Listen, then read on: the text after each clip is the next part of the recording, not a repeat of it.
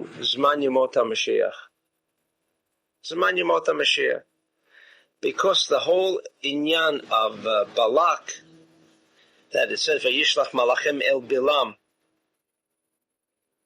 is not clear. I mean, what did Balak expect? Because it says in Parshat Chukat of the previous week that they defeated all nations. The Jew defeated anyone to whom they came and wanted to pass. Everyone feared. And all of a sudden, here's Balak getting together with Bilam, and they're going to do something that nobody else could do.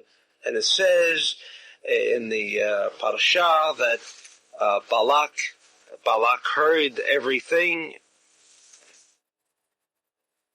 It says he saw et kol asher asa liYisrael la'emori v'yagamor mipnei ha'am ma'od. He was afraid of them. So in what way did he think?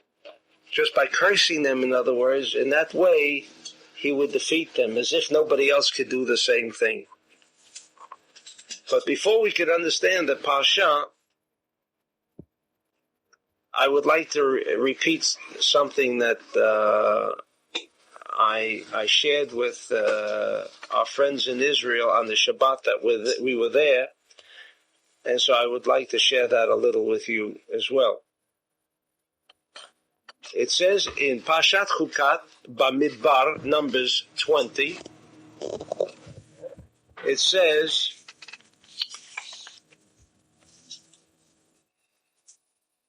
Vayishlach Moshe Malachim Mikadesh El Melech Edom. That Moshe sent messages to the king of Edom and said the following. And they should say, so said your brother Israel. Now, Edom, we know, is, in fact, the last Galut is called, the present Galut is called Galut Edom. This one? This one. It's called Galut Edom. It's the last one, the most terrible one, that we will learn shortly in the Zohar. And all of a sudden, the message from Moshe is, tell the Melech Edom that so said your brother Israel. All of a sudden, Israel becomes Edom's brother. And what should you tell him? That you know all the troubles that we have experienced in the Midbar, and you know that we went down into Mitzrayim. We were there a long time, and we suffered at the hands of the Mitzrayim. And the pasuk continues, and we cried to Hashem, and He heard our voice, and He took us out of Mitzrayim. Now, what do we want from you? We want the Passover. We will take nothing. We will not even drink of your water. We shall not divert right or left. This is all in chapter 20, verses 13 and onwards. And what did Edom say? Lo tavor bi. I do not give you any permission to pass through. Because if you do, I shall come out with my sword towards you. And then they plead again. Anything we take, we shall pay. And he says again, no, you shall not pass through my land.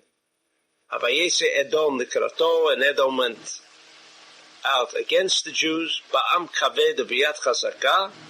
Vaymaen Edom neton et Yisrael avo bigvolo vayet Yisrael melav. What's this dialogue here? In other words, all of a sudden, Moshe and the Jews, that nothing stopped them all along, and now they have to come to Edom and plead with Edom to please let them go through. And what does Edom say at the end? No. And what happens when he says no? They accepted his decision.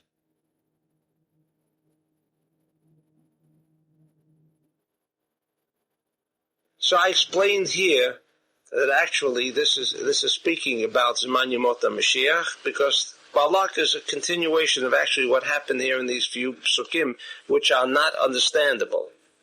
Because Moshe could have wiped these people off with the stroke of any of the Ayin Bet Shemot. I mean, he had no difficulty. The same way as miracles were created by what? By the Shemot, by uttering certain combination of letters. He could have done the same thing here. And here he's got to plead. And they said no, and he accepted that plea. And so let's say a Shoah, that when the Jew came into the camps and he was suffering, he would then come over and plead his case to the Germans, and they refused to listen. They refused to listen. And we know what happened here. Why did not Moshe decide to wipe these people off and go past through the land? Why didn't he do that? Because this is not a story of a war. This is a story of what will happen to the Jew if he continues to behave as he behaved throughout Parshat Chukat, throughout Parshat Balak, that the minute there was something wrong, he didn't have a little water.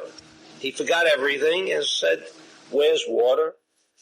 Every time he forgot and asked for again and again and again. In other words, he was never satisfied. He was never satisfied. So he's saying here will come a time when you will come to Edom and you are going to plead, but we're brothers. We are human beings like you are. Have mercy. They will have no mercy, because until the Jew learns that he has to have mercy on his own brethren, and unfortunately today we see that there isn't that kind of brotherly love between Jews as it should be. So do not expect, when you say Edom, you are from Esav. Don't you remember we come from the same father? How can you forget that we're brothers? And he will not listen. He will not listen. That's what this is about. So now we come to Bilam and Balak.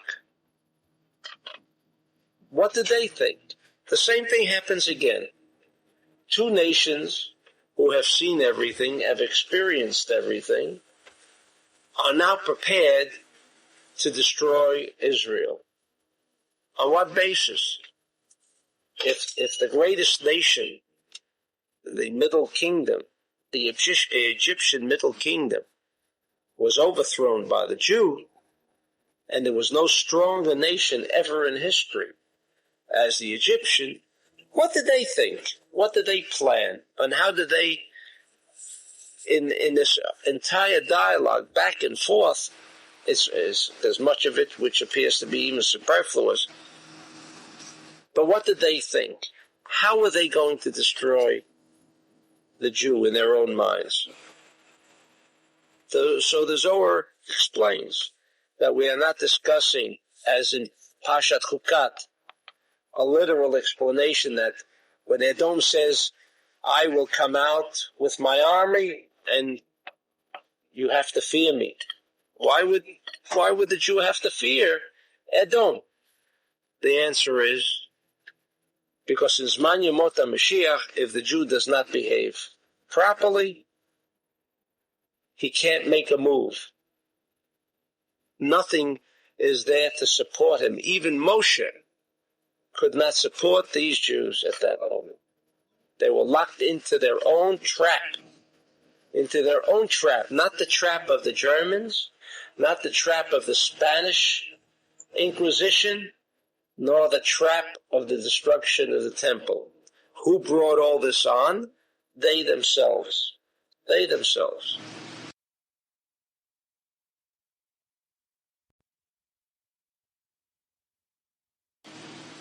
So the Zohar says in paragraph 133, Kan yesh kaf chet tevot. In this sentence, in Balak, there are 28 words. 28 words. Koach. Keneged kaf chet madregot shel mechashafim v'kosmim im tzipor.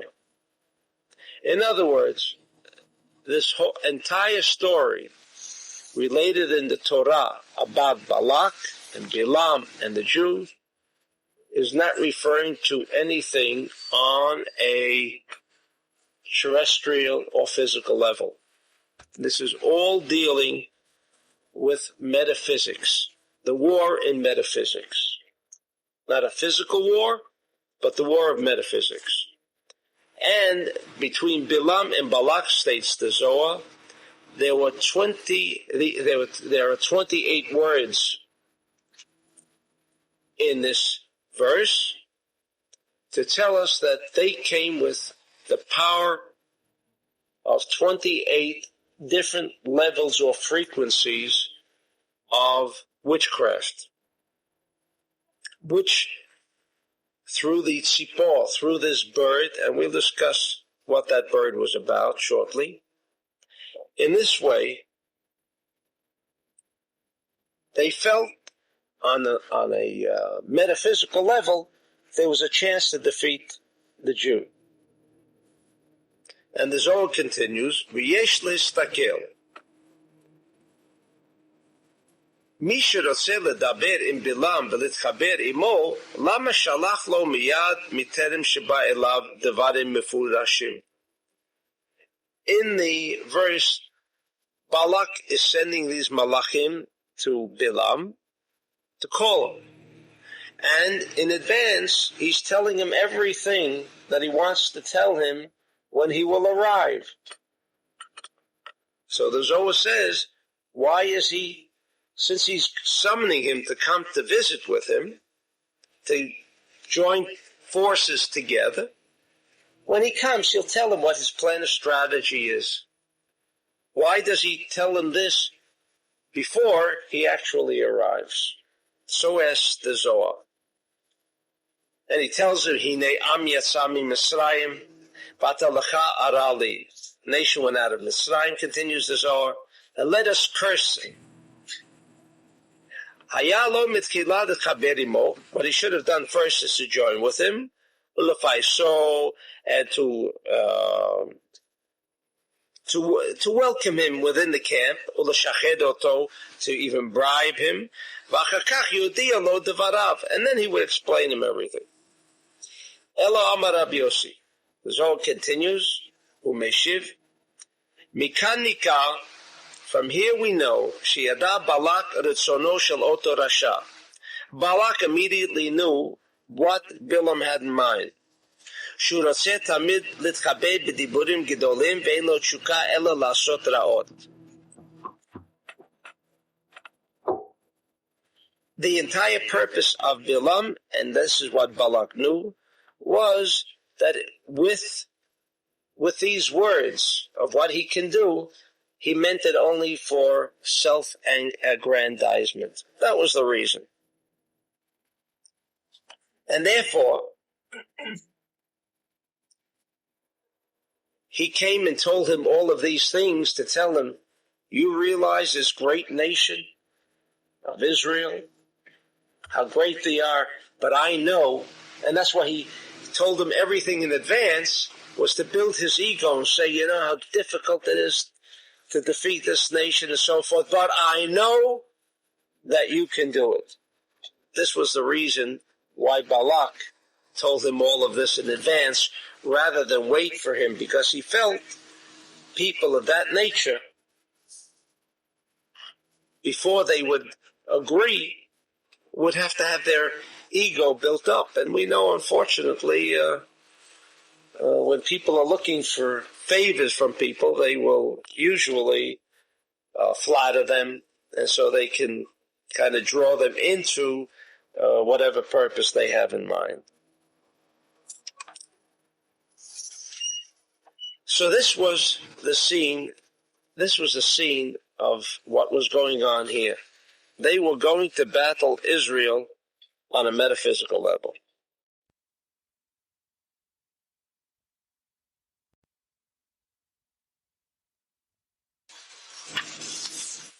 I want to go, I mentioned the next part in Star Connection, but not the entire section.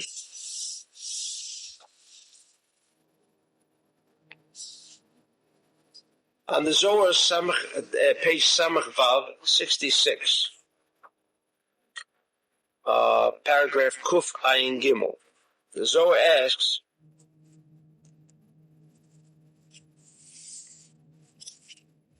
Eifo hayat Bilam be'oto sha'a.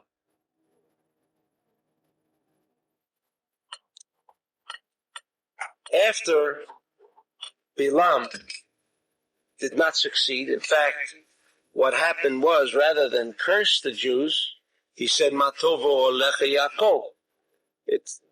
Everything turned around, and it became, he actually uttered a blessing for the nation of Israel. Then it says, he went away. It doesn't say where he went. So the Zohar asks, Eifa haya Bilam ba'oto sha'a.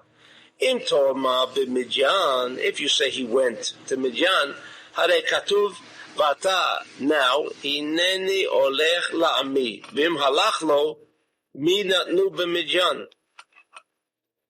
If he went back to his own nation, then what was he doing here? Umeshiv. And the Zohar asks, Ela ota rasha, this rasha, Kevin Sharash and Aflu Kavdalad Elef Misrael Bishvil Aitzato. If you remember, at the end of Parshat Balak, also seems to be insignificant, but when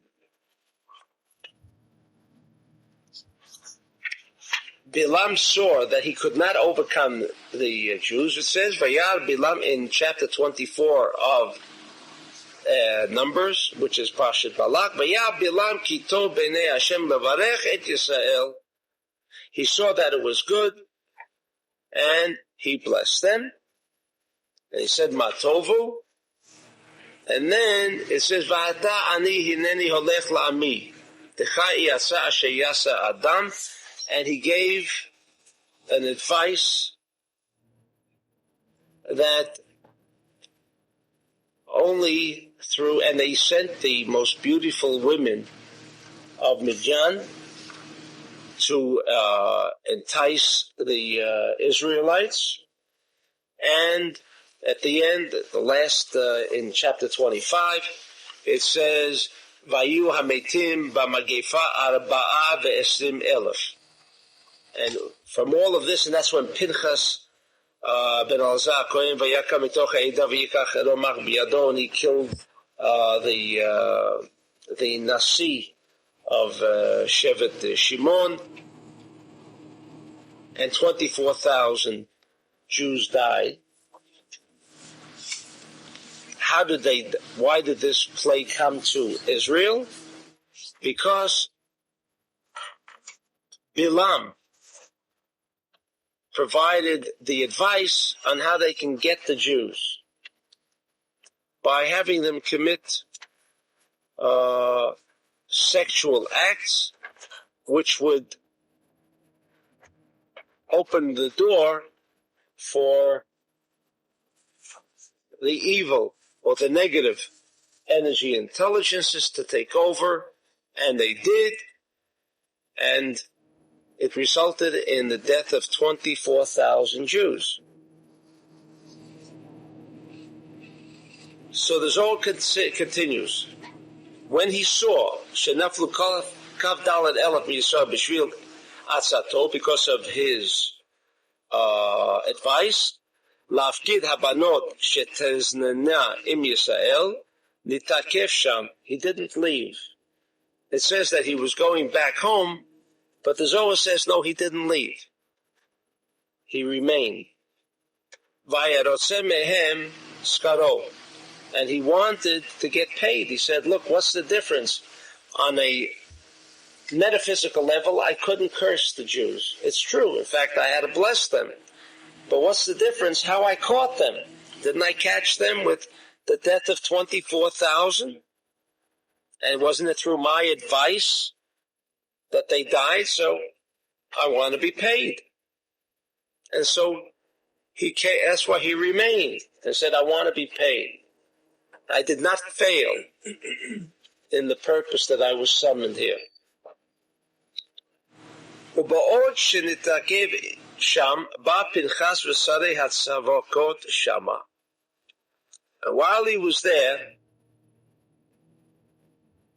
he suddenly, pleading for his payment, he saw Pinchas and his army coming towards him.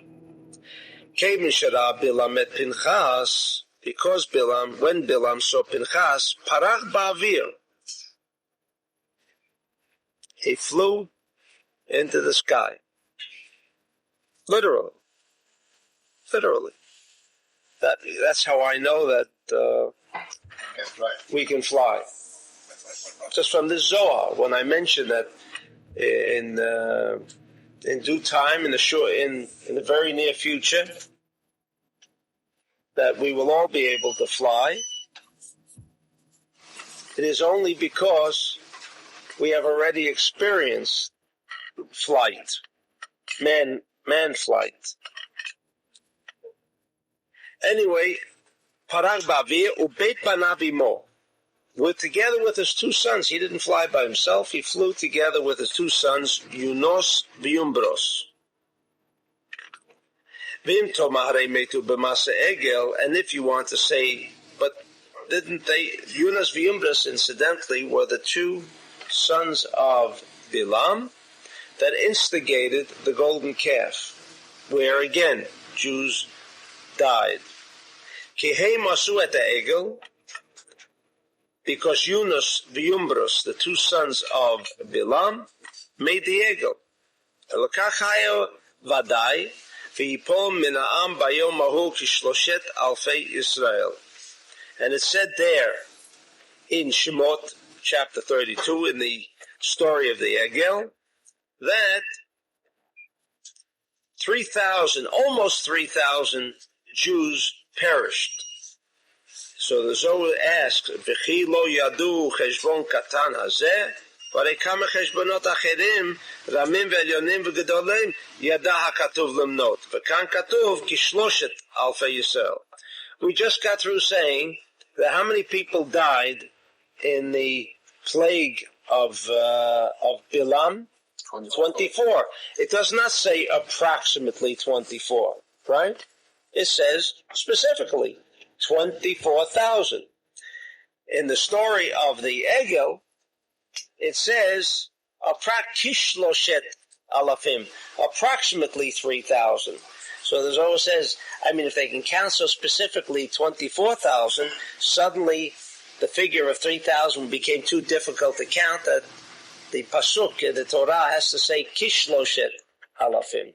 That's what the Zohar asks.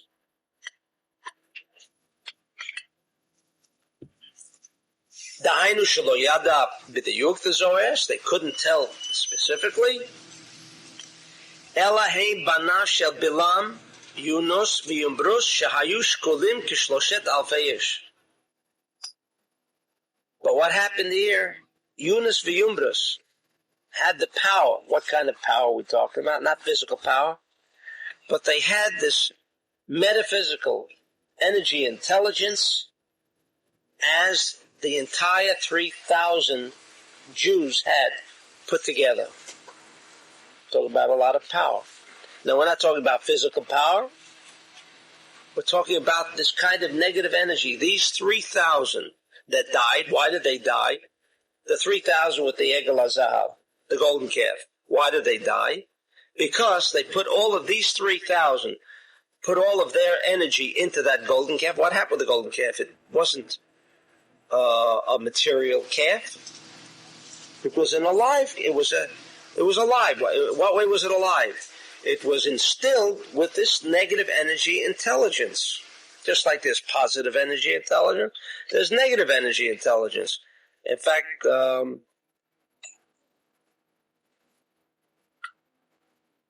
we also discussed on Shabbat, I think it was, the fellow in Germany. They, one of the boys, my boys asked, what was this, or I asked, who was he? What was he?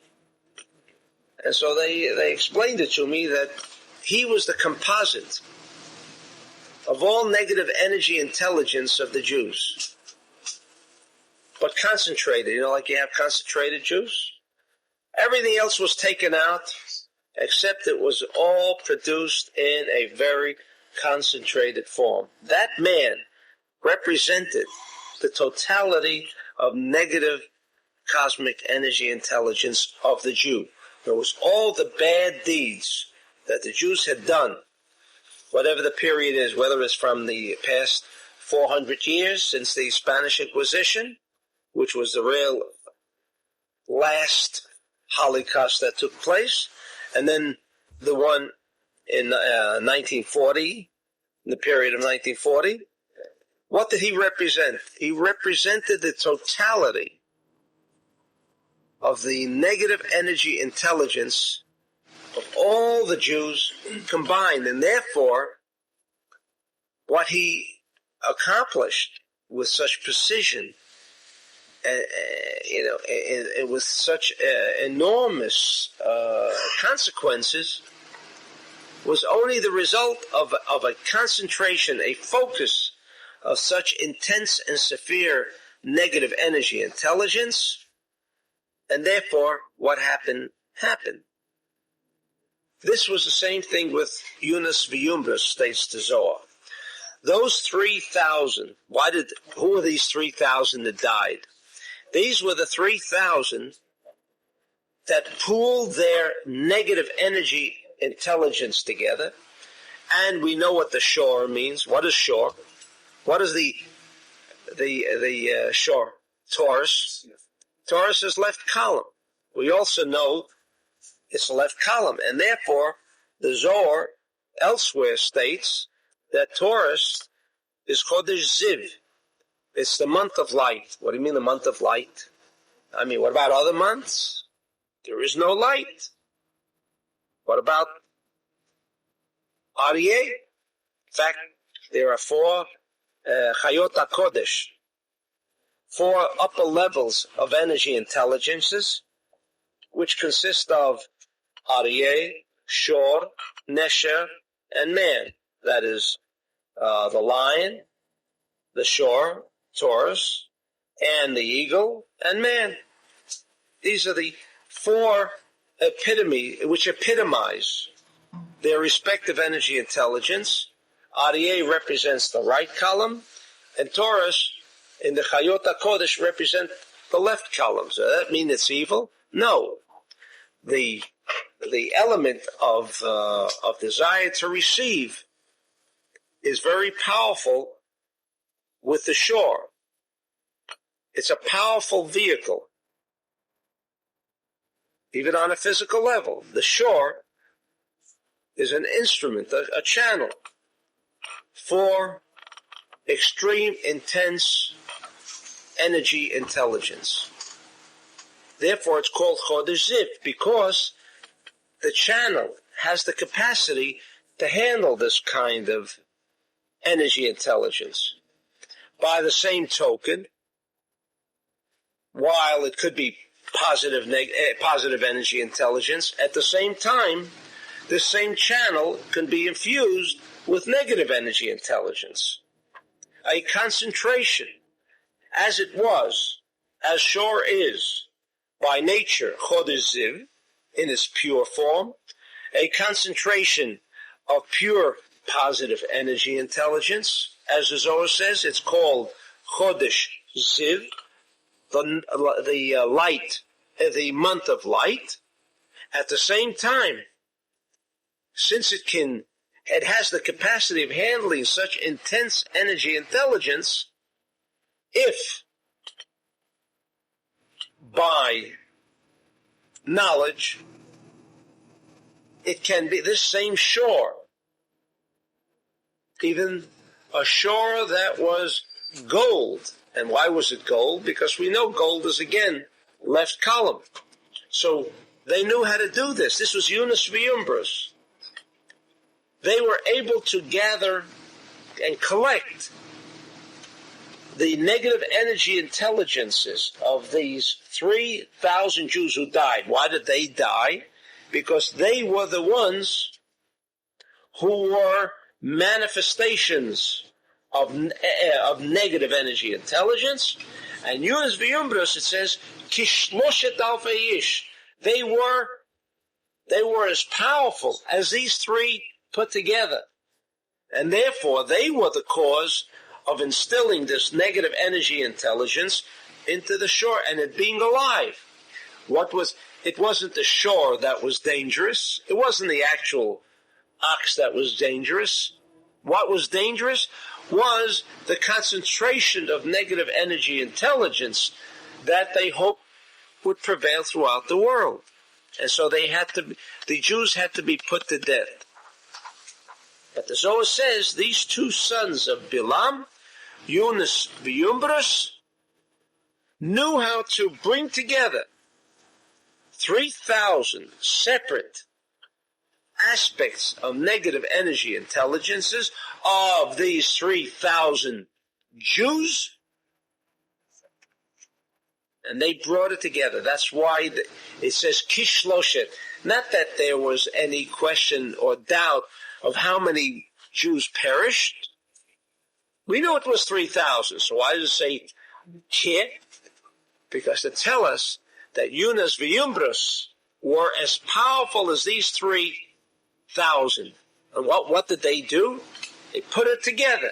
They brought these separate channels, 3,000 separate channels of negative energy intelligences, and brought it together, instilled it into that shore. The story of the ox is not important.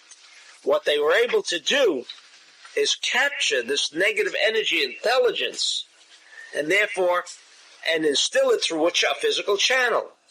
Everything that becomes manifest on a metaphysical level, before it can become active, like the man in Germany.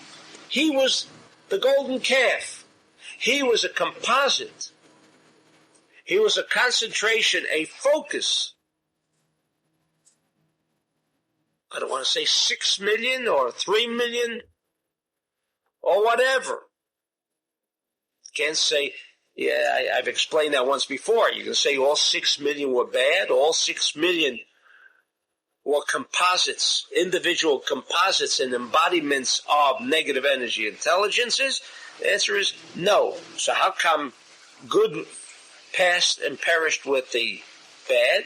So Zohar says elsewhere that once the Malach HaMavet, once the angel of death has been given permission to do his job, anyone in his path, even righteous. So the Bishimon, it says, it's recorded in the Zohar, that one day he's told his students, do not go outside, because today the Malach HaMavet has been given permission to do his job, and anyone in his path will fall prey to the Malach HaMavet. But whatever happened, this man was the embodiment in Germany of this negative energy intelligence as the shore, which is a powerful channel, was put to use by Yunus v'Yumbrus as it was a channel for pure energy intelligence. So was the power of Yunus v'Yumbrus to convert the shore of positive energy intelligence to one of negative energy intelligence.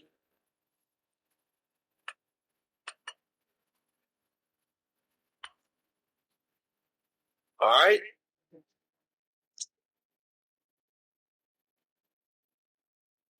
Rashahu yada kol hakshafim sheba'olam. This Rasha, Bilam,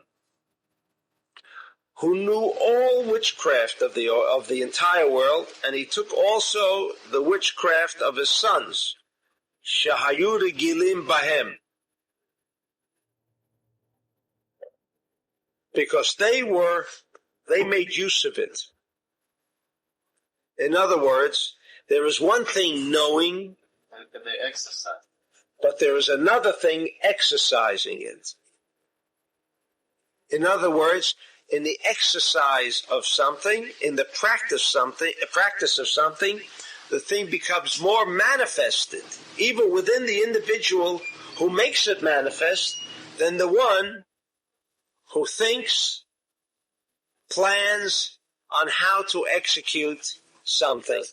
The one who has the actual experience will always be stronger than those who are thinking the same thing but have never made the step to make it manifest.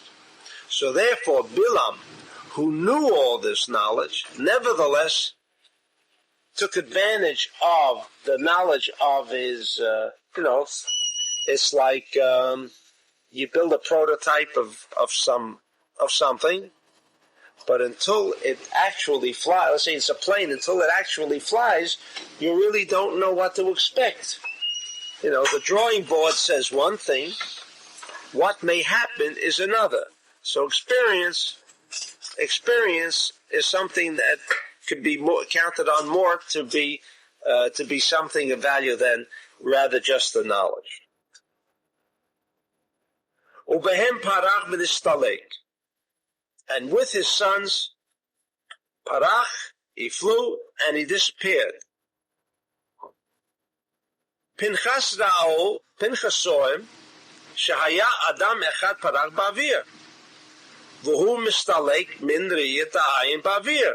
And suddenly, not only did he see him fly, but he suddenly seemed to vanish. He flew so high that he no longer could see them. Pinchas. Heirim kolo lebnei sivotav. And Pinchas raised his voice to his army of people. Vama. Yesh mi hayodea lefroch achrav shel oto rasha? Is there anybody who knows how to fly after the Bilam and his two sons? Ki Bilamhu is Bilam. Ra'u oto shehaya poreach. They saw him that he had flown away. The Zohar continues, Tzilya beno shel shevet Dan kam v'lakach hashlita hasholetet al kshafim uparach achrav. What does it say here? First it says, Tzilya, the son of Shevet Dan, he rose up, he took v'lakach hashlita hasholetet al kshafim uparach achrav. What does that mean? He took control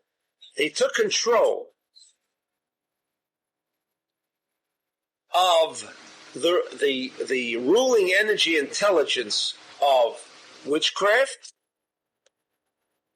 and thus, by virtue of taking control, uparach achrav, he thus was able to fly after Bilam. That means if he didn't take control of Hasholetet al Kshafim, he couldn't go after him. Why was this important? We'll come back to it. But this is what the Zohar says. And the Zohar continues, Kev mishara oto rashahu, and as soon as he saw, Tzilya saw him in flight, Asad derech acher ba'avir. And when Bilam saw Pinchas, he took another course. He went off his course and flew in another direction. Ubaka hey avirim b'derech hahu va'ala v'nelam me'ayin. I always wondered what they meant here. And I must tell you, 10 years ago, I didn't know what he meant. I could of course translate for you and say, Ubaka hey avirim b'derech hahu va'ala v'nelam me'ayin. But what does it mean? He flew beyond galaxies. Sounds wild, right? It looks like we're reading a science fiction magazine, right? Does it sound any different? The whole thing sounds like a science fiction magazine, right? I was just what? Flash Gordon or Buck Rogers or whatever. Superman after. But Superman never flew beyond the galaxy. Who flew beyond the galaxy?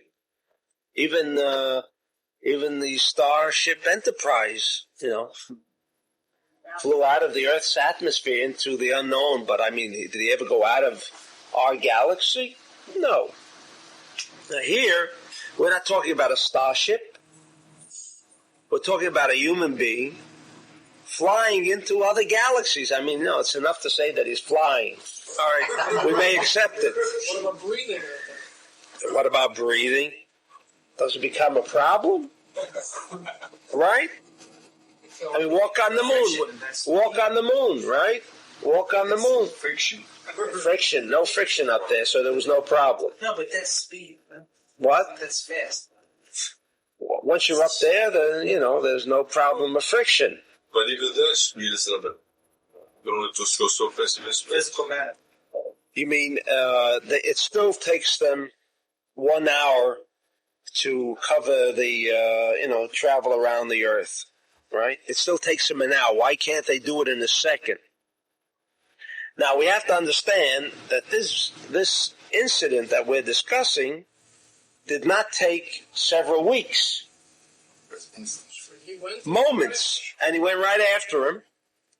And the minute that Bilam saw him coming after him, he took another course and took warp time. Is there another explanation? He folds space. Huh? He folded space. Whoops. Not only space, he folded galaxies. He folded galaxies. Oh, you have another explanation, Shlomo? What? Mind. There is nothing more than mind. The rest is illusion. Oh, he was able to consolidate the molecule structure in the body and alter it. Everything. I mean, what you're really saying is we're not even talking about flight, physical flight. We're talking they're staying on the same place where they are. Traveling through time. And they're traveling through time, but that doesn't mean the body has to move. The time travelers versus space travelers. But that's right. What's happened? That's right. What does that mean? That everything is really here. It's not out there. It's all here. Within here. That's right. Right here. That could be a nice explanation. So how did he disappear? If he's sitting across the table, I mean, how come he doesn't see him? He went into another time period. That's right. Can you imagine? He went into another time period. Another space. But he sees him. He's looking at him, isn't he? And he's across the table now. We're saying, not that, as we see on television, warp time and you're somewhere else in an instant. But how do you explain away the fact that both are sitting next to each other? Pinchas sees Bilam, but they're in another space, right? Is what we're saying. They're in another misgeret, another frame of reference. But what about the fact that they're still sitting together? It's like knowing that what you're going to say. Yeah. What? Like before you're going to say something, I know what he you're already knows that because they're traveling back in time. They're traveling forward in time. It's another dimension, right? In Star Trek, they had a show about this. Yeah, they did. They stole it, you see. But they had a space traveler chasing a time traveler. A space traveler? Chasing a time traveler. One spaceship would go into space. The other one would stay there and just disappear and go into time. Right. And he disappeared. And by the way, one was matter, one was antimatter. If they would ever connect, the universe would be destroyed. Would be destroyed. But there's a situation like that with drugs, a lot of people that smoke marijuana on edge. When they see things happening, it's like it's happening in another dimension. Their movements are very slow. And they see themselves from outside the motion. And it means that they don't see themselves they see as they are. It's like slow. No, but they say they see themselves somewhere else. Well, they can see themselves there, but they can Like Rabbi Akiva, they look at themselves and say, if you want to. Out-of-body experience. But I'm getting back to the original question. But if we're talking about time travel, they're traveling in time only, right? Only in time. Not in space-time. In other words, when Rabbi Akiva said to his body, he said, look, I'm not interested in eating. Me personally, the 99% of me, I don't have to eat. But the body you have to eat, so go ahead and eat and I'll watch you. Right? That's the way that Rabbi Akiva used to handle the body experience. Right? He was totally devoid of that experience of eating. But the fact was that Rabbi Akiva still was observing the body. All right, he was outside the body, observing the body, eating. So I'm getting back to how do you explain away that here is Yunus V'Yumbrus and Bilam going through this time travel, not space travel, but time travel, right? They disappear. They're not here. They're running back. They're running back 10,000 years, or running forward 10,000 years. And now you can't catch up to them. But what about the fact that they're sitting across the table? You see, they don't have to move anymore, right? The 99%, the real stuff, because the 1%, that's an illusion, we say. That's an illusion. Each one's trying to capture now the real stuff. This is what they were talking about. They were talking about the real stuff, the 99%. They were trying to capture each other. How do you capture people? You don't capture people by the physical body. Doesn't mean you capture a man's mind because you've captured him physically. His mind can still feel free in spite of the fact that his body might be enslaved. So how do we explain that he disappeared in time, and yet they're sitting right next to each other. But he disappeared into other galaxies of time. All right? You have it. You can explain that one away too. Go, let me hear it. Go ahead. Word disappear. Disappear. Meaning? Just two words. They disconnected themselves with one thing and they disconnected themselves from one world and appeared in another world. And once that is done, once that happens, they both, I guess, then the physical appearance really is not real. It's not real. Yeah. They are appearing now somewhere else. They disengage themselves. Both have disengaged themselves because we're not talking about Bilam or Pinchas out to capture these people on a physical level. This is how we began off the session. That everything the Torah is discussing is in the aspect of metaphysics. That's where the real world belongs. That's the way the control of the universe will ultimately take place. Not by physical force, but by metaphysical force. So Shlomo is right. So when you say disappear, are you saying like on the side of the Sikhacha, then what's his name? Bilam. No, yeah, Bilam goes in that place, and therefore the Gdusha cannot go in that place. That's how they disappear. Oh, you mean because no? He went into, as we said before, time travel into another dimension. Frame of reference. Another dimension. But they don't mention the kind of dimension that. Yes, he mentions he went into dimensions of other galaxies. Okay. Into other galaxies. But are we discussing? There was one question. Are we discussing the physical body now traveling through space? No. Once he's in another dimension. If at that level, if Pinchas would, let's say, kill, now he's sitting across the table, and he'd kill Bilam, But Bilam already has experienced an out-of-body experience. His body. He would have killed the body, but he didn't get the 99% of Bilam yet. He was all done.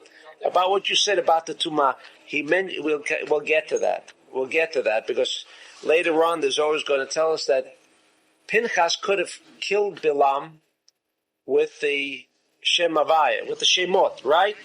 He didn't want to do it that way. Because he did not want to make a connection. That's right. So that's beautiful. All right, but we'll discuss that. But what we're discussing right now, right? You probably read it when you read the Zohar. Sure. Last night. All right. So when he disappeared, the essence of Bilam was traveling in time travel, and it was not a question of destroying Bilam on a physical level, because Bilam was in a position to have this out of body experience. So once you have that kind of out of body experience, then you could be traveling all over, of seeing everything in warp time. All right.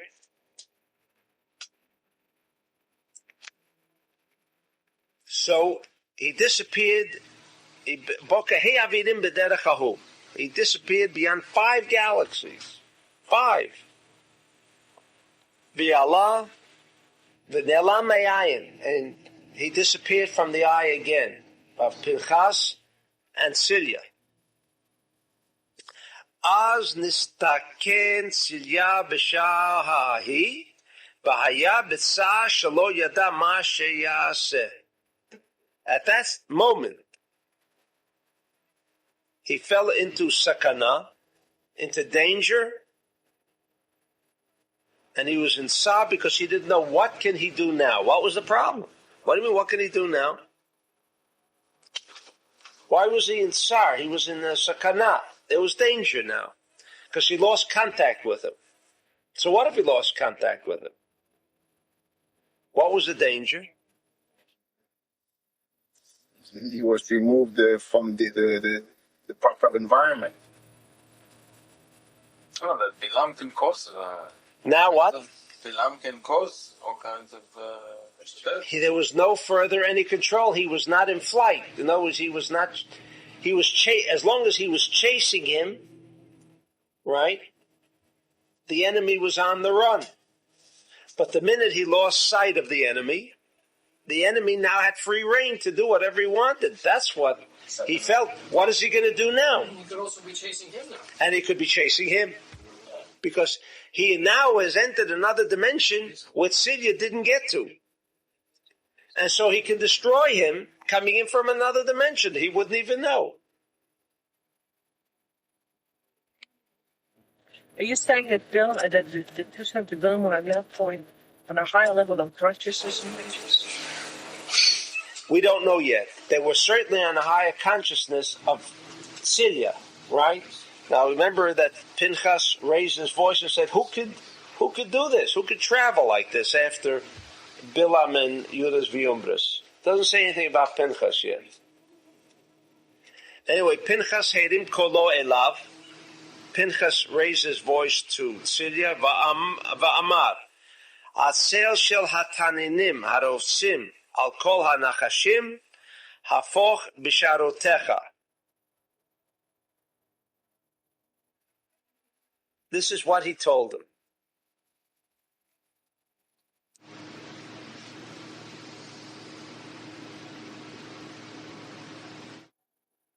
Miyad yadat Silya. Okay, he's going to explain it, so I don't have to go through it. Miyad, when Pinchas mentioned this concept, which we will shortly discuss,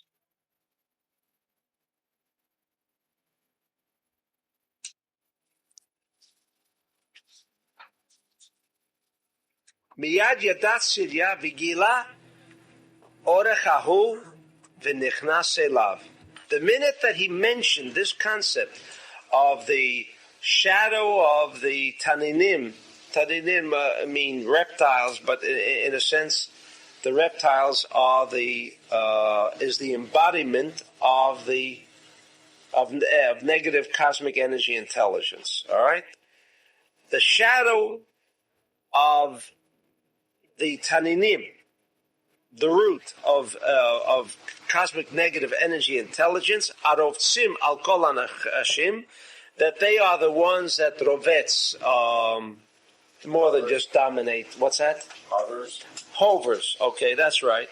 On all of the nechashim, on all, again, snakes meaning the embodiments of cosmic negative energy intelligence. Hafoch b'sharotecha.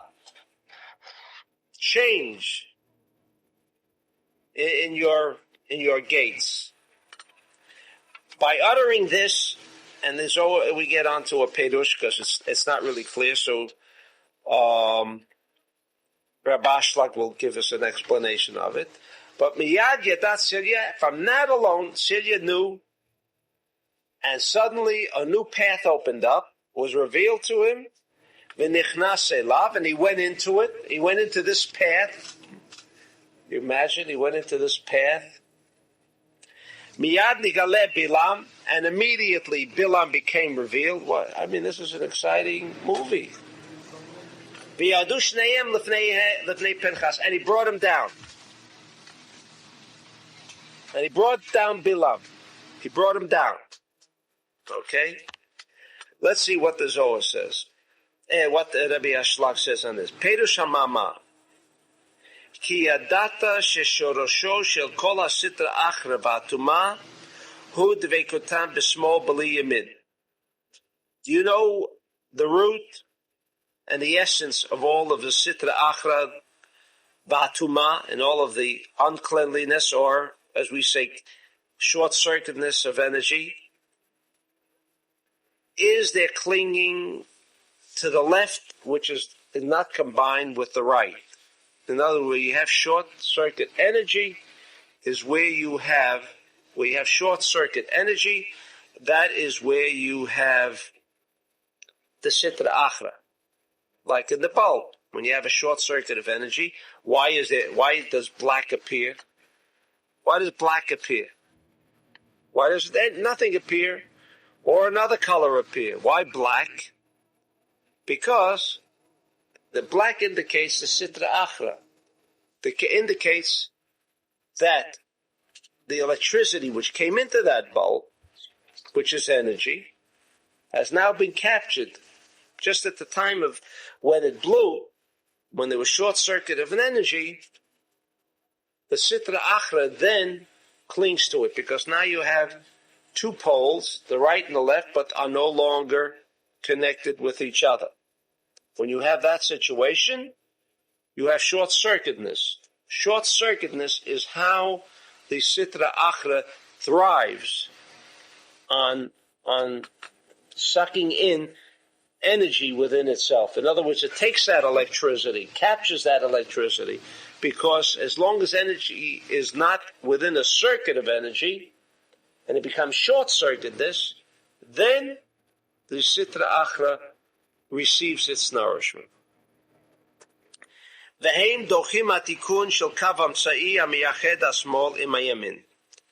with this power, they continue to drive away the tikkun, the correction of the central column meaning the restriction column, central column, the third column, which can join right with left.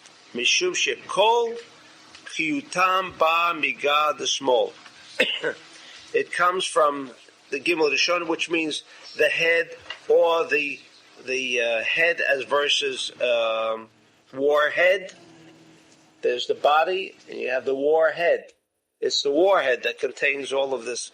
It's the same idea in Kabbalah. The God is called the head. I mean, why did they devise a missile, right? They call it the warhead. Why don't you put it in the back? Right? The body is what, leads the road, or paves the way and direction in which this missile takes, right? The body is which brings the warhead to its destination. Is that right? But they call it warhead. Why don't you call it, why isn't that in the back of the, what's that? Tailhead. Or war tail. Or tail war. Whatever. Why do they call it warhead? Where did it come from? It comes from this explanation. Because all of the chiyut ba'migad the small of negative energy intelligence. And what is a missile if not negative energy intelligence? It does not create circuitry. Does a missile create circuitry? Huh? You may say it by destroying, some good will come out of it, but the actual destruction is destruction. It's not creativity, is it? So it's making a connection from the person that wants to make the connection with the other end. Yes, but what does it result in? Right? Okay? So, משום שכל חיותם בא מגד השמאל, שמשם נמשכה החכמה ממעלה למטה. That's another explanation. We know that's Or Yasha. As direct fire, right? What's wrong with it? It's energy reaching its destination and exploding. What would if there would be all Choser involved here? That same warhead would be used as a circuit of energy. But like this, why does it, and why must it result in ultimate destruction? Because it's Or Yashar. It's straight penetrating energy. Is that right? For those of us who understand Or Yashar. V'kav amsa'i, what is the purpose of the central column? Mimayet gar ha'elu b'koch ha'mesach techirik. And the power of the central column is to reduce. What do you mean by reduce? In other words, it prevents the warhead from proceeding on a straight course, but rather on a deflective course. Almost like making it move into a circle of energy. And therefore it doesn't destroy, and the energy still is maintained intact. Right? We ought to tell them, rather than looking for anti-missile missiles, right? The purpose of anti-missile missiles is how we can destroy the missile up in air. Well, why don't they create a kavam sa'i, a central column,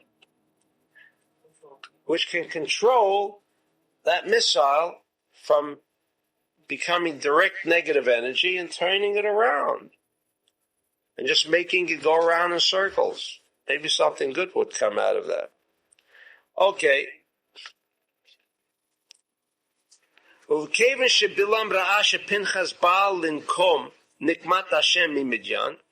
because Bilam saw that Pinchas was coming to take revenge for what Midian had done and caused in the death of 24,000 Jews, he knew that not only was he coming to take revenge, but he was out to kill him. So thought Bilam. Az parag ba'avir, and therefore he flew in the air. He went out into not physical space travel, but into time travel. Amachunot pricha ba'avir. Now Rabbi Ashlag is explaining, in case we had any doubts of how to explain the Zohar, this is the way he's explaining it. He went into another dimension. It's not that he literally physically flew, but that the internal 99% achieved another dimension. So the word faraf is not necessarily fly. It's kind of flowered from the word perach. From the word perach? Kind of flowered into another dimension. A flower, when it's closed and it's not revealed, beautiful. It's one dimension. Then when it flowers, it goes into another. And how does something flower? How does something flower? When you have the seed, right? It's locked in. It's concentrated and locked in, but it's also locked in. When it can break out of that seed. Same thing what happens with with these people, like Pinchas and Bilam, what happened? The 99% was parach. It went out of the misgeret, of the limited dimension of the body. And therefore he blossomed. Therefore the 99% blossomed. Okay, that's nice. V'lo od ela shene'elam me'ayin shel hakdusha. But it was to such a degree that he went into another dimension that even the kedusha, which means circuits of energy, as opposed to pure negative energy intelligence, which is not circuitry of energy,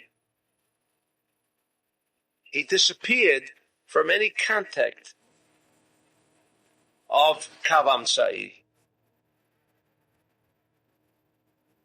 And this is what it means. Came the Chamal Pinchas Barak Ba'avir Utreim B'nei Ima.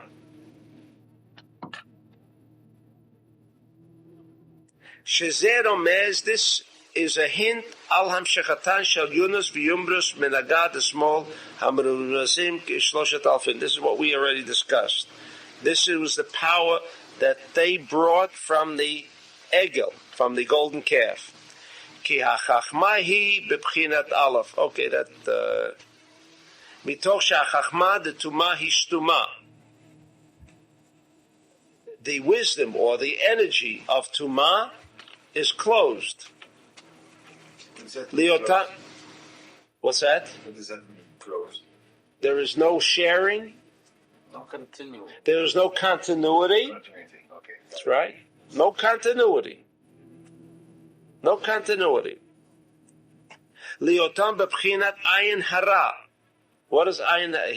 He compares this to the aspect of ayin hara. What is ayin hara? Evil eye. What is evil eye? Evil eye that could be destructive. Evil eye is destructive, right? That's why we have the chut adom. We have the red string, right? To prevent evil eye. What does evil eye mean? What's destructive about evil eye? Somebody transferring that negative energy? How? How do they transfer that negative energy? From the word evil eye, I would imagine to the eye. To the eye. Yes, that's explaining. That's translation. It's translation of evil eye. But is it eye chachma? Yes, that's what he said. Eye is chachma. That's why it's so powerful. All right. Right. But why is it called evil eye? Why does it mean there's no continuity? Because what's transferred? I mean, how do we compare that? You want to answer that, Chaim? How do we compare this? Because what is evil eye? Evil eye means that if a person is lacking, let's say a person has no children, okay, has no children, and he observes somebody who has children, right? Person has no money. He observes someone who has money. A person who lacks something, period. And now observes someone who has that which he does not possess, right? Now what is he doing? He is saying like, oh, if only I could be in his position, right? And have that which I do not have. So what is he in effect doing?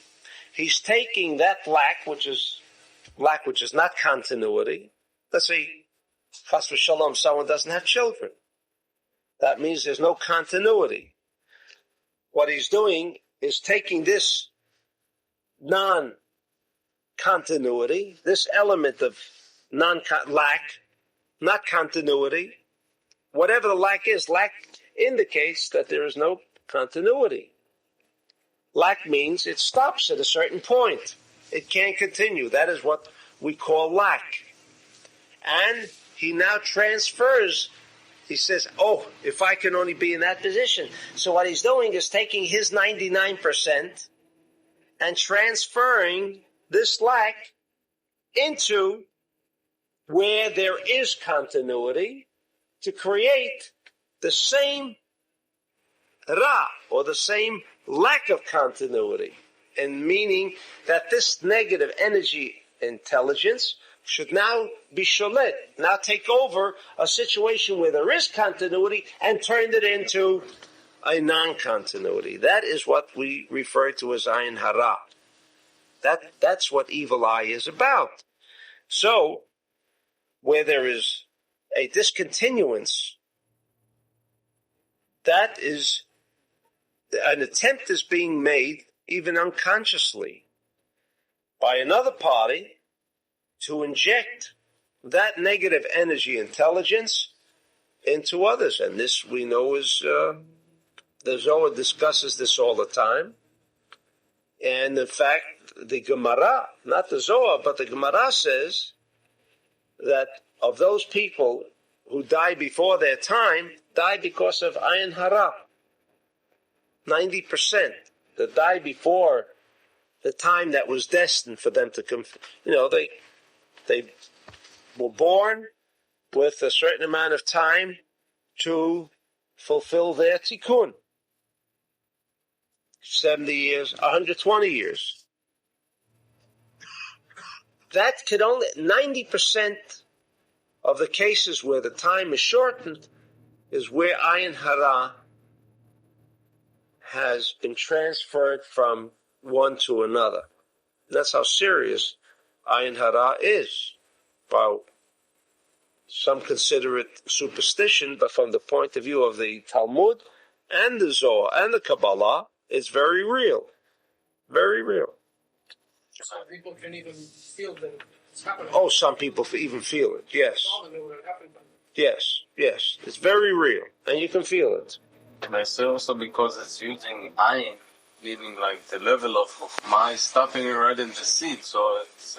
That's right. That's why it says ayin hara, not machshevet hara, but ayin hara. In other words, if the contact is not made with the eye, in other words, and that's why one should be careful on, let's say a person has a lot of good things going for him.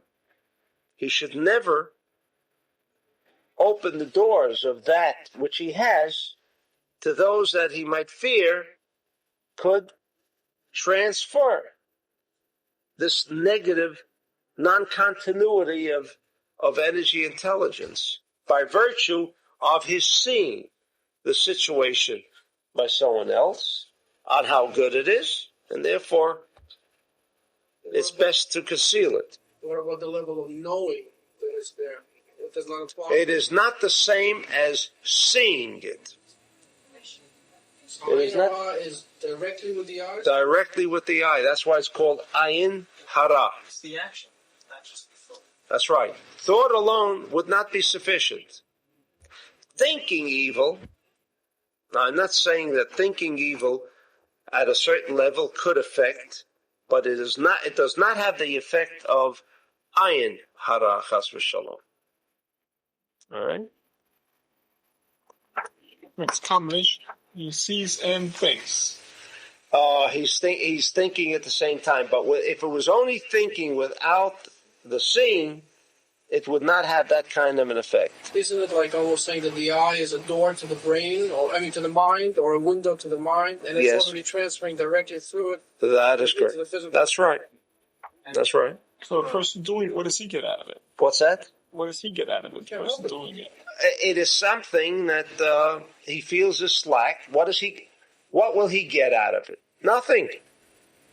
Nothing. The satisfaction of the experience of saying, for that moment, perhaps, if it was the money, what would it be like if I had that $100,000 and if I had that yacht and I was out in the Bahamas? Or if it was anything else. That's right, for a moment. You got that feeling already. That's taking one step. That's he's right. saying, if I could only have it. But he's saying... And he got it. And you know what happened? You know how he got it? He took it. Sure. He took it. And therefore, because he took it, he damaged the other person. There's no and therefore, there's no circuit. Automatically and instantly. And a diminishing of where it was. Right. And how does the red of the red ribbon Well, thwart?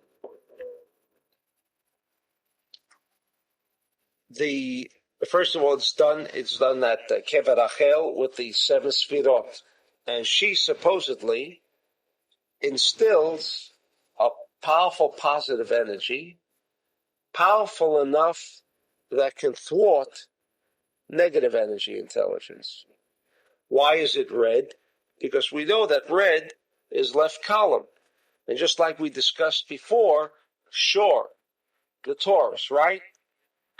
It's the most powerful month of light, but at the same time, it could be used for negative purposes, like the golden calf. So you must always use in a vaccine. How do you create a vaccine? By taking that very same live virus. In other words, you need that vehicle to be able to offset.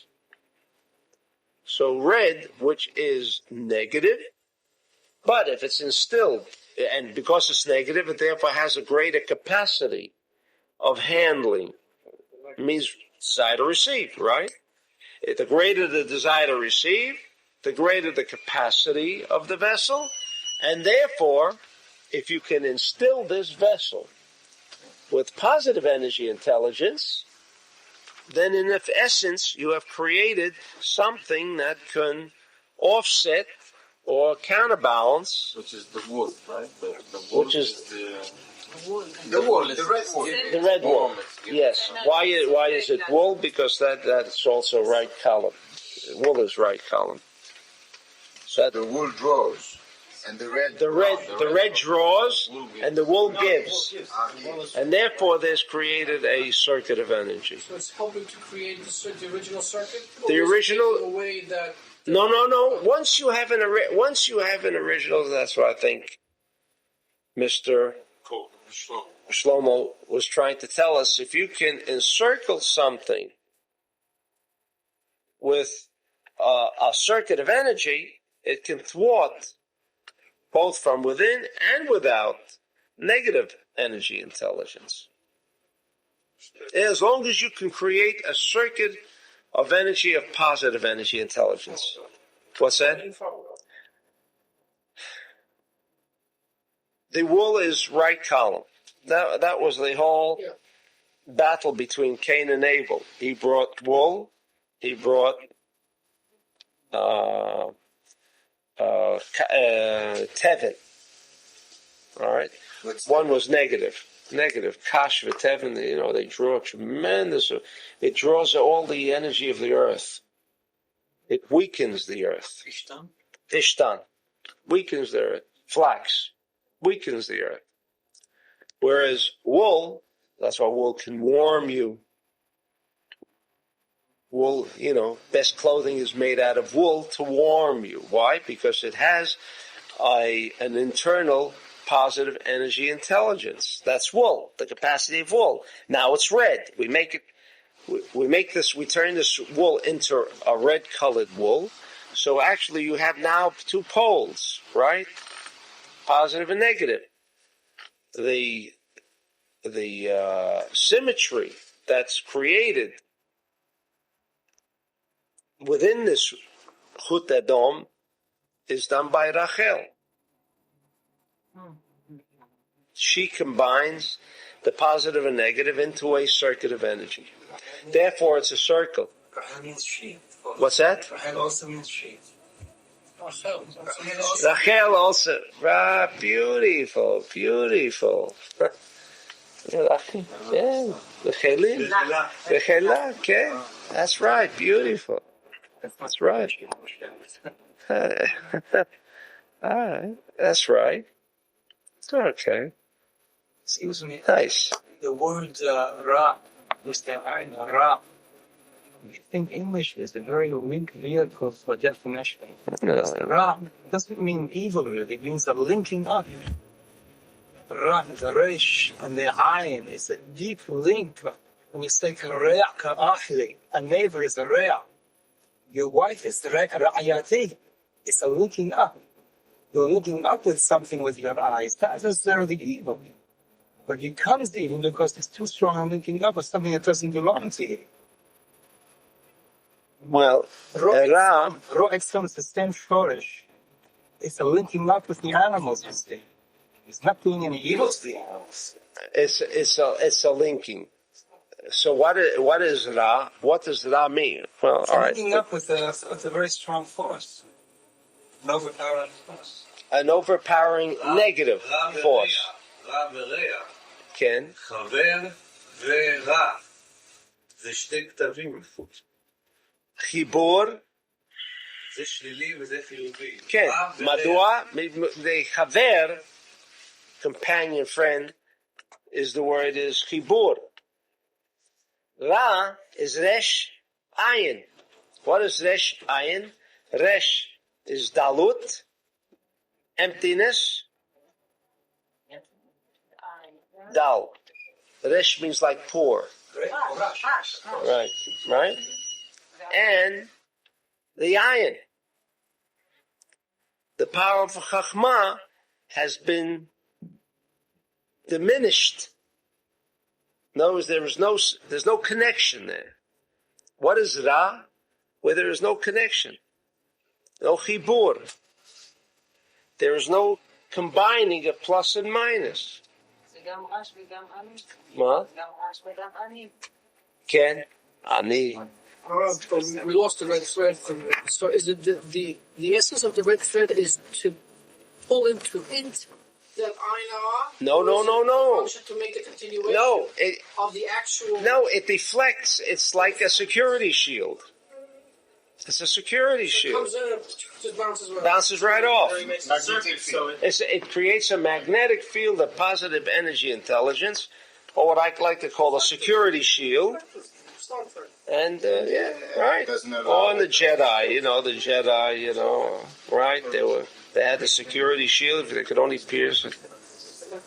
Right. בשביל זה הוא היה צריך לבוא לשם. מלחמת מוחות לא צריך לבוא למקום.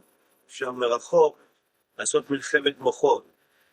מלחמת מוחות. מים. כן, מוחות. כן. הוא יוכל לבוא להישאר במדיין ולעשות את המלחמה משם. אבל עין הרע היה צריך לבוא במקום. עין הרע has to be out. Yes. That's right. That's right. מלחמת מחשבות.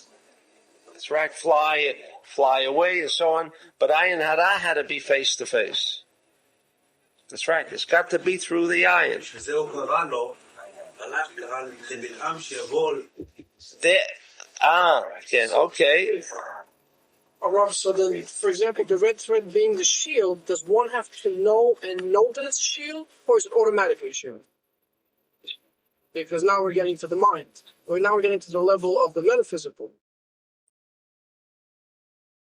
Is it automatically charged up, or does one do the charging up? That's inherent, isn't it? It has that power. Without my thinking of it, it has it. It contains it. That's right. What you might say, the fact that the chut adam, that the red string is there, that is a security shield. Whether I concentrate on it being and acting as a security shield for me, it's there. It's built in. So for a child who cannot think and does not understand even its purpose or value, it's there. There's a security shield. And therefore you if necessary, put it on the child. However, if an adult is wearing this band, if he suddenly feels that his security shield, everyone has a magnetic field of security, and it's been pierced. I mean, even adults many times have felt that he's been penetrated. He's been penetrated by something evil. It's weakening him. Right? So if you use the red string, and if he concentrates on making the connection with it, then his whole magnetic field is constructed to work with the red string. So it's reinforced. He reinforces his own outside magnetic field, so maybe it's a double security. While in effect he doesn't have to concentrate because this has that power of creating a security shield. All right. Okay.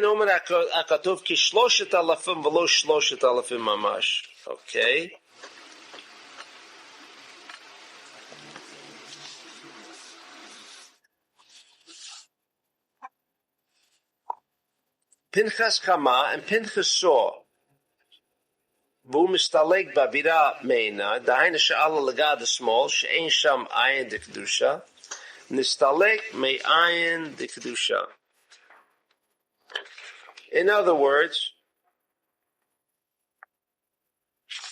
he went up to an area, meaning his 99%, meaning Bilam, went up to an area which is called Gar the Small, into an area where Kedusha cannot and is not permitted to make a contact with, because if Kedusha made a contact with that Gar, and then that God could absorb whatever contact would be made between the two. Will also benefit more so and weaken the kedusha. All right.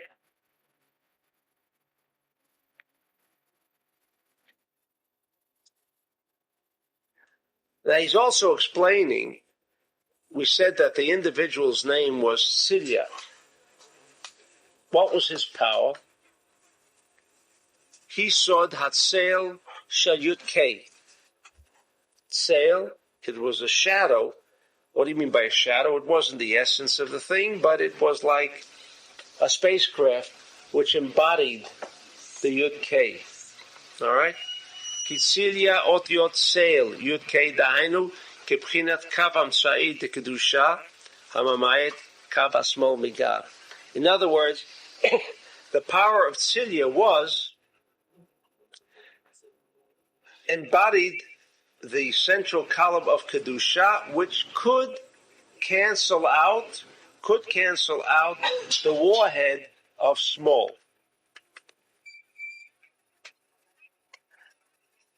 Alkein nirsham bo tzel hazeh al agashlo. Okay, v'hu lakach koch hashlita shel kavam sa'i. He took the central column force,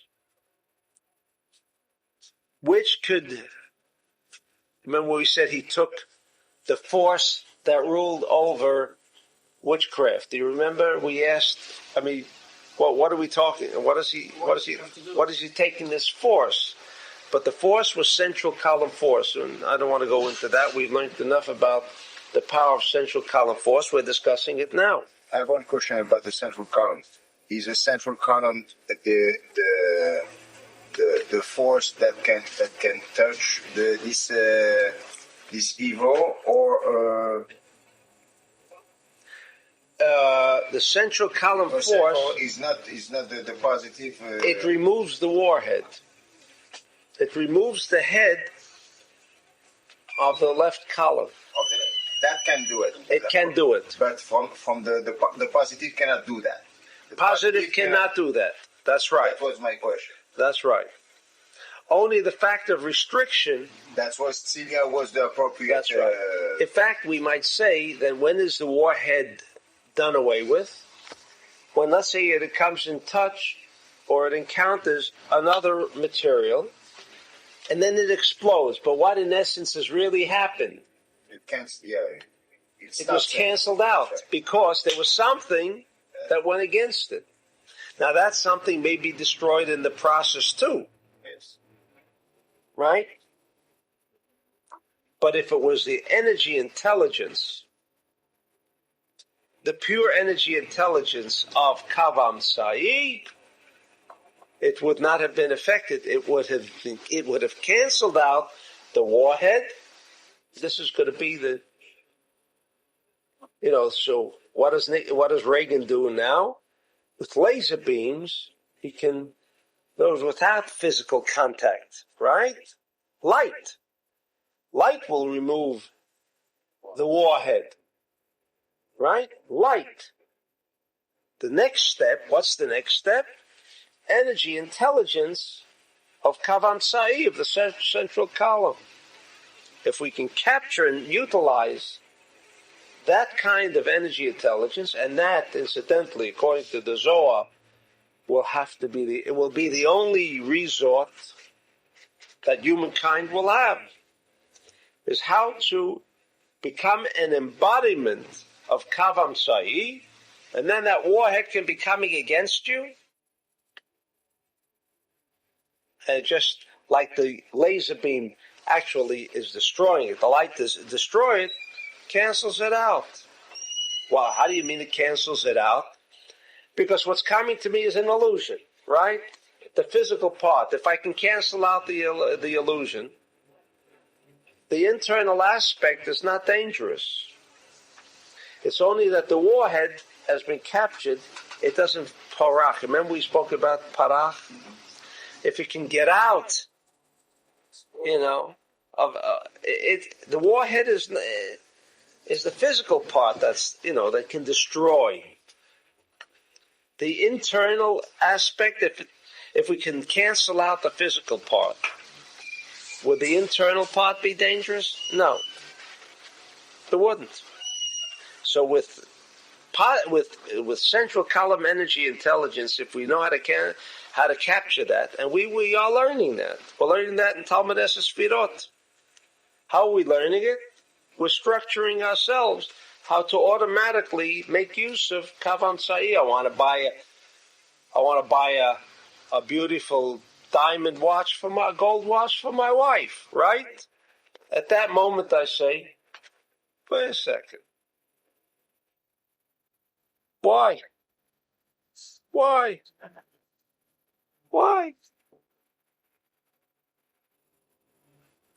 And we continue to live in that for a dimension. You're right, and then you remove all the negativity. Then anything coming against you in the form of warheads. Now, warheads can be ayin hara. Warheads can be physical warheads that can never reach. I always ask. There are chas v'shalom tens of thousands of robberies that will take place in the next few hours. How does the robber choose one and not another? How does he choose one? He plans all this. This is subtle repellent. That's right. One place hasn't got that koach litnaged. This is all a miracle. You mean it? With all the security systems that Ganaf can't get into any place, what do you think? Is there a security system that he can't get into? Almost none. Professional can get into any place. It's any place. That's what they say. Unless it's the Pentagon or it's the police station. Right? They can get in there too. Yeah. Rob a house, there's a police station. There are punishments also. All right. So that is the power that he captured, Celia. What do you mean? In other words, he became an embodiment of Kavam Sa'i, of the central column. So the word you were saying, Tzel, yeah. So Tzel is shadow. Shadow. What does it mean, shadow? What is a shadow? It's a representation. Yeah. It's a representation of something, right? What's a shadow? The shadow that appears here is a representation of this. Celia was a representation, an embodiment of Yud K. That's the warhead. Yud K. The Vav K is the body, the channel. He was an embodiment of pure energy intelligence. This is what he captured. Ki kavan tzid the kedusha sholet al gad small shebimeno lokim kocham kol hamachashavim v'sitracha. And by virtue of this central column, he can capture everything